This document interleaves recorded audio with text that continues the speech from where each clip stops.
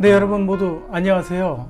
요번 2월 27일 예배가 도중에 컴퓨터 문제로 중단이 되어서 우리 말씀을 다시 전하고 영상을 올리도록 하겠습니다.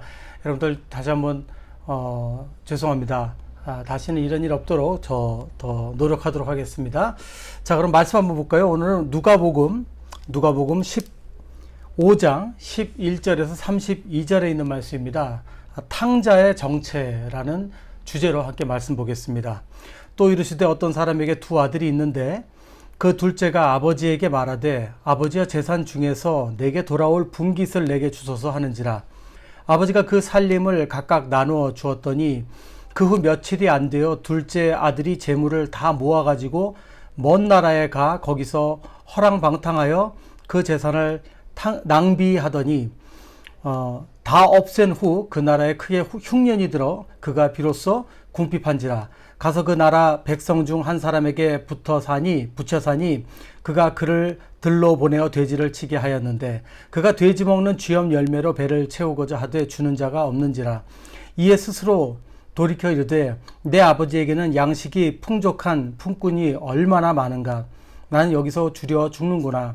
내가 일어나 아버지께 가서 이르기를 아버지 내가 하늘과 아버지께 죄를 지었사오니 지금부터는 아버지의 아들이라 일컬음을 감당하지 못하겠나이다. 나를 품꾼의 하나로 보소서 하리라 하고 이에 일어나서 아버지께로 돌아가니라. 아직도 거리가 먼데 아버지가 그를 보고 측은히 여겨 달려가 목을 안고 입을 맞추니 아들이 이르되 아버지 내가 아들과 아버지께 죄를 지었사오니 지금부터는 아버지의 아들이라 일컬음을 감당하지 못하겠나이다 하나 아버지는 종들에게 이르되 제일 좋은 옷을 내어다가 입히고 손에 가락지를 끼우고 발에 신을 신기라. 그리고 살찐 송아지를 끌어다가 잡으라. 우리가 먹고 즐기자. 이 내 아들은 죽었다가 다시 살아났으며 내가 잃었다가 다시 얻었노라 하니 그들이 즐거워하더라. 맏아들은 밭에 있다가 돌아와 집에 가까이 왔을 때 풍악과 춤추는 소리를 듣고 한 종을 불러 이 무슨 일인가 물은데 대답하되 당신의 동생이 돌아왔음에 당신의 아버지가 건강한 그를 다시 맞아들이게 됨으로 인하여 살찐 송아지를 잡았나이다 하니 그가 노하여 들어가고자 하지 아니하거늘 아버지가 나와서 권한데 아버지께 대답하여 이르되 내가 여러 해 아버지를 섬겨 명을 어김이 없거늘 내게는 염소 새끼라도 주어 나와 내 벗으로 즐기게 하신 일이 없더니 아버지의 살림을 창녀들과 함께 삼켜버린 이 아들이 돌아오매 이를 위하여 살찐 송아지를 잡으셨나이다. 아버지가 이르되 예 너는 항상 나와 함께 있으니 내 것이 다 네 것이로되 이 내 동생은 죽었다가 살아났으며 내가 잃었다가 얻었기로 우리가 즐거워하고 기뻐하는 것이 마땅하다 하니라. 아멘. 네, 여러분들 뭐 탕자 이야기를 모르시는 분은 다 없으시겠죠. 다들 아십니다. 근데 문제는 이제 아는 게 좀 문제죠. 왜냐하면 저희들은 이제 탕자의 이야기를 하면은 탕자가 누구라고 생각하죠? 당연히 동생이라고만 생각합니다. 근데 오늘은 뭐 말씀에서 새로운 거라기보다는 예수님께서 과연 이 이야기를 해주셨을 때 과연 예수님이 우리가 묵상하고자 하는 사람이 과연 이 작은 아들 뿐인가 하는 것을 한번 우리가 좀 다시 한번 되새겨 보려고 합니다. 첫인상이라는 게 굉장히 중요하죠. 저희들은 옛날부터 탕자 할 때마다 이 작은 아들을 항상 인식해 왔기 때문에 항상 이 이야기를 접할 때 이런 우리가 소홀히 좀 할 수가 있어요. 이 이야기 접할 때 깊이 묵상을 하지 않고 뭐 이 이야기 내가 아는 얘기니까 하고 지나갈 수 있습니다. 근데 예수님이 이때 이 이야기를 저희들에게 해주신 목적이 있다는 거죠. 그걸 오늘 다시 한번 묵상해 보도록 하겠습니다. 자, 그럼 여러분들이 이렇게 질문하실 수 있어요. 아니 그럼 탕자가 그럼 작은 아들이 아닙니까? 맞죠. 탕자가 작은 아들이 맞아요. 당연히 못된 짓 하고 돌아왔으니까 돌아올 탕자죠. 탕자. 자, 탕자 맞는데 둘째가 탕자라고 생각한 거 이유가 여러 가지가 있죠. 먼저 첫째는 아버지의 재산을 아버지가 아직 분명히 살아계신데 유산을 나눠달라고 한 겁니다. 이게 얼마나 배은망덕한 것인지 여러분들 뭐 아시죠?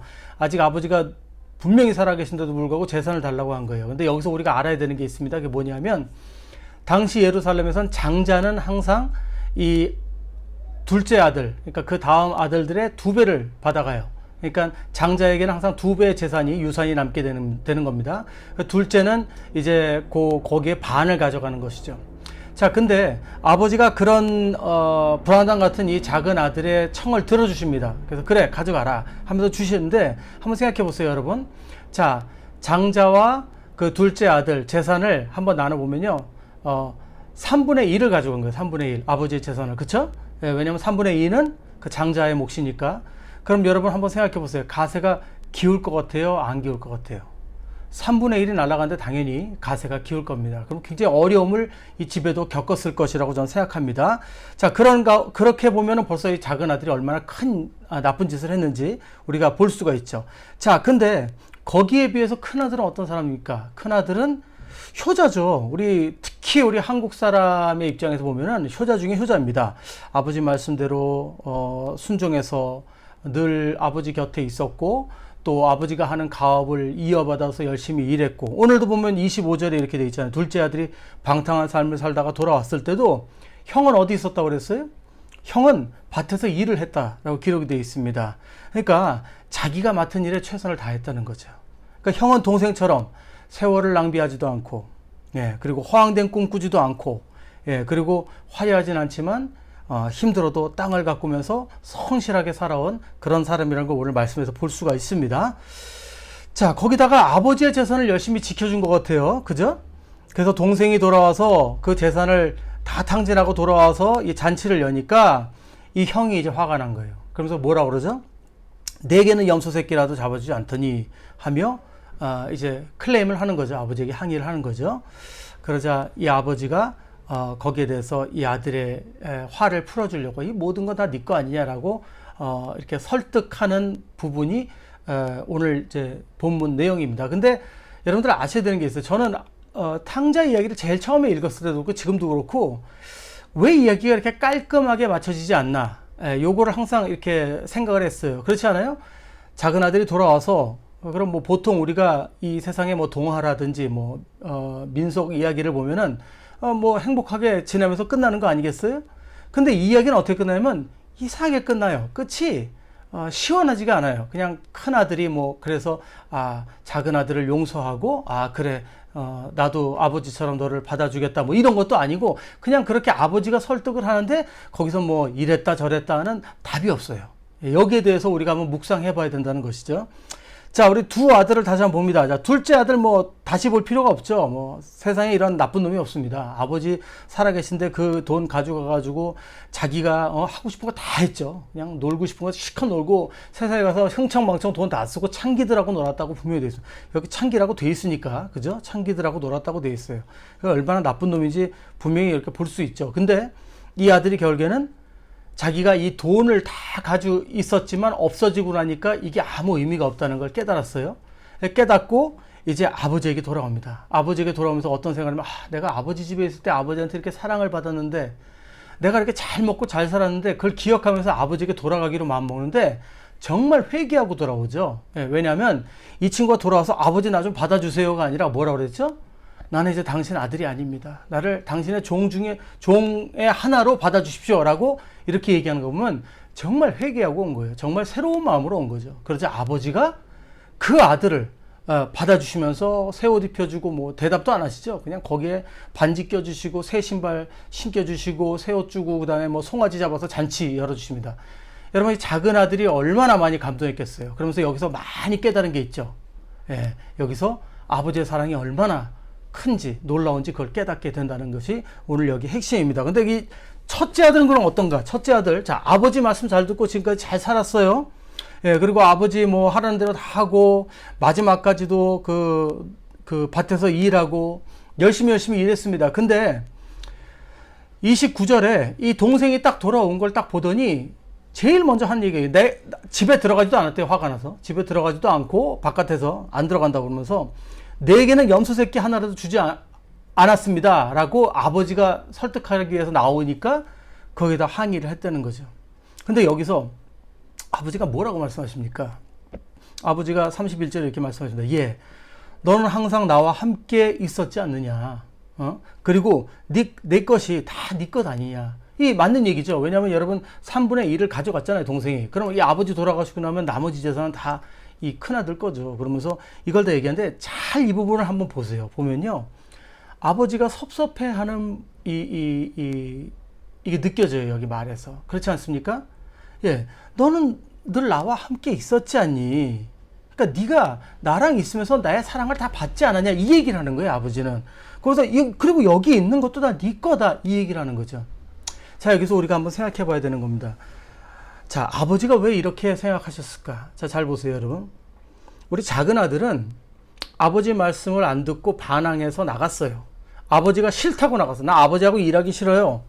그냥 재산 달라고 한 게 아니라 나 아버지하고 이제 같이 살기도 싫고, 아버지 가사를 돕는 것도 싫고, 그거 가사를 이어받는 것도 싫고, 나는 그냥 재산이나 주세요. 그거 가지고 나가서 내 마음대로 살 거예요. 라고 나간 거예요. 나쁜 놈이죠.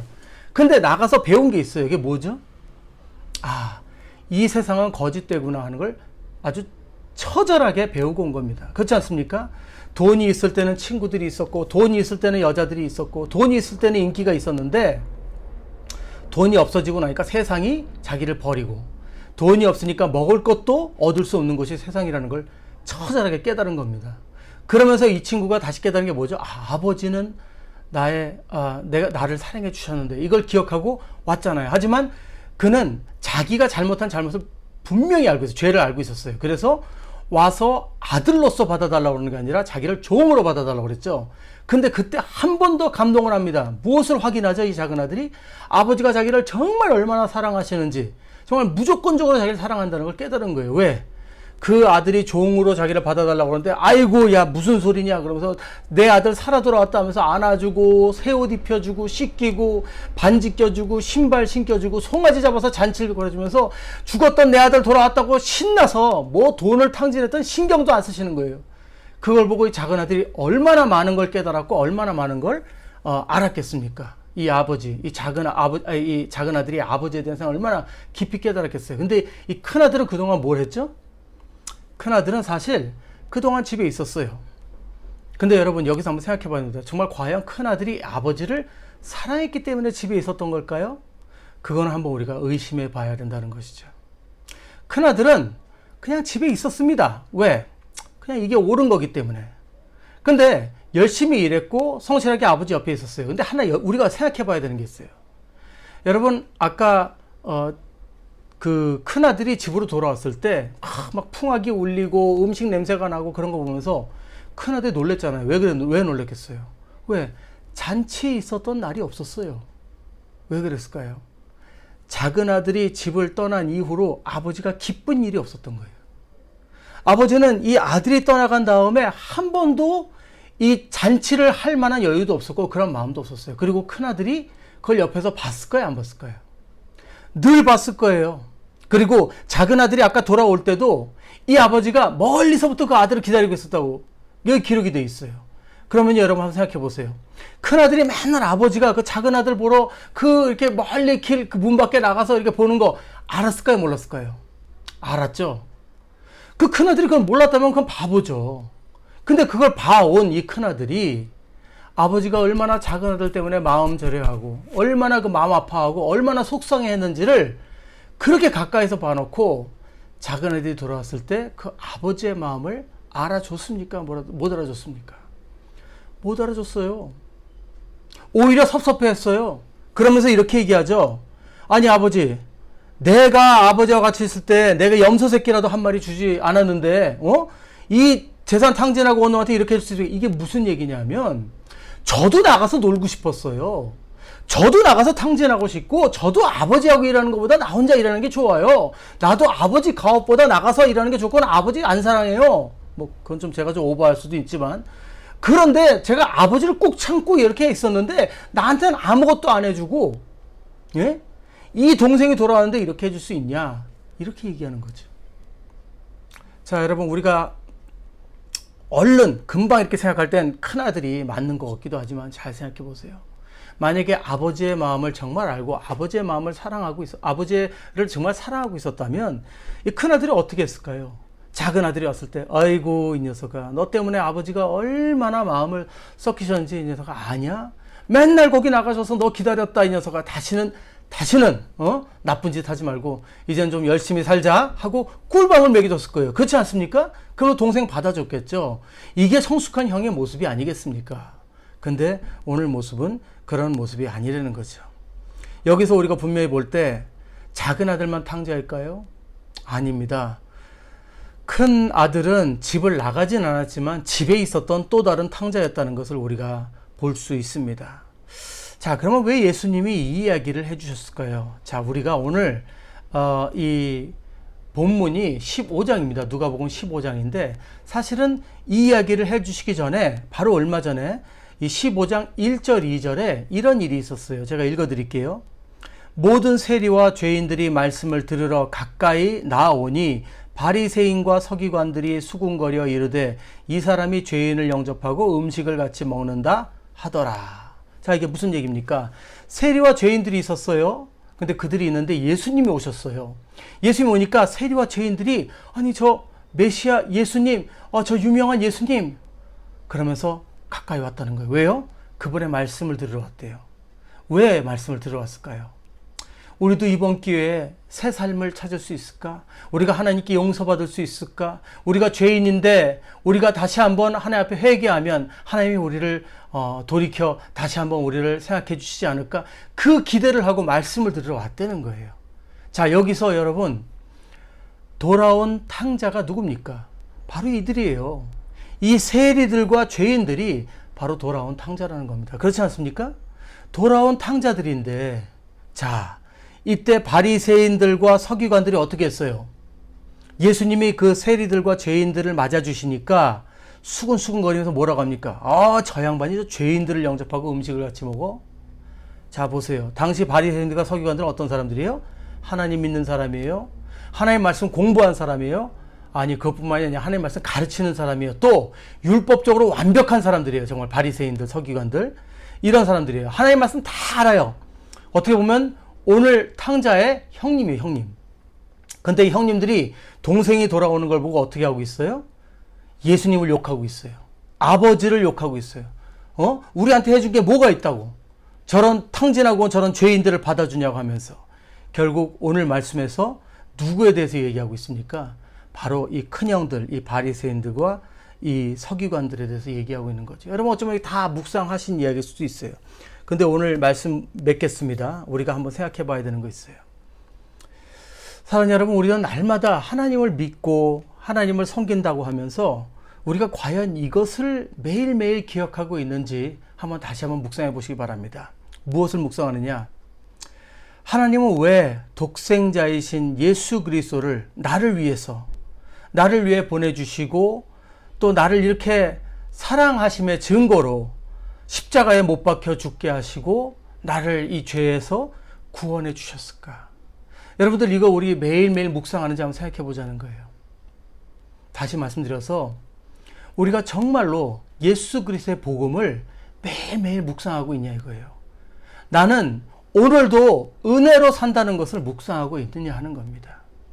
아니면 그냥 오늘 당연히 내가 예수 믿은 지가 몇 년인데 내가 짬밥이 몇 년인데 내가 그래도 예배를 이렇게 열심히 드리니까 하나님 나한테 이렇게 좀 안정된 삶도 주시고 그러는 거지. 내가 이렇게 건강한 거는 내가 11조도 열심히 드리고 내가 하나님 앞에 나가서 봉사도 열심히 하고 이러니까 하나님 나를 지켜주시는 거지. 이런 생각 가지고 있는 건 아니냐 이거죠.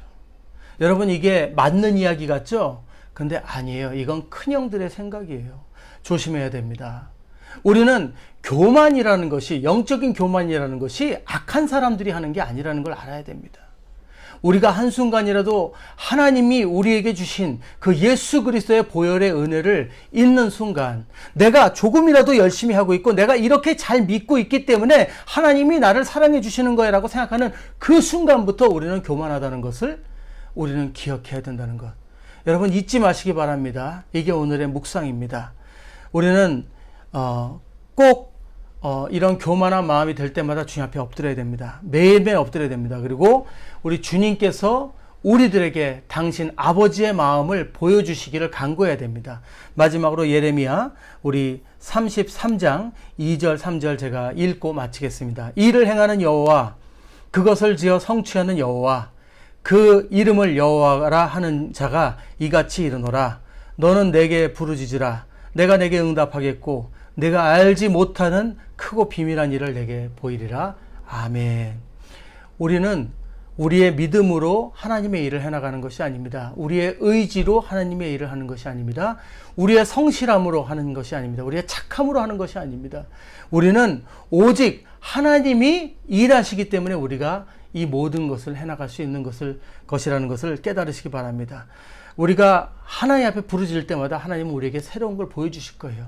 하나님 아버지의 마음을 보여주실 거예요. 우리가 언제까지 교회에 앉아서 여기는 내 자리, 여기는 내 구역, 여기는 우리 교회 해가면서 텃세를 부리고 살 겁니까?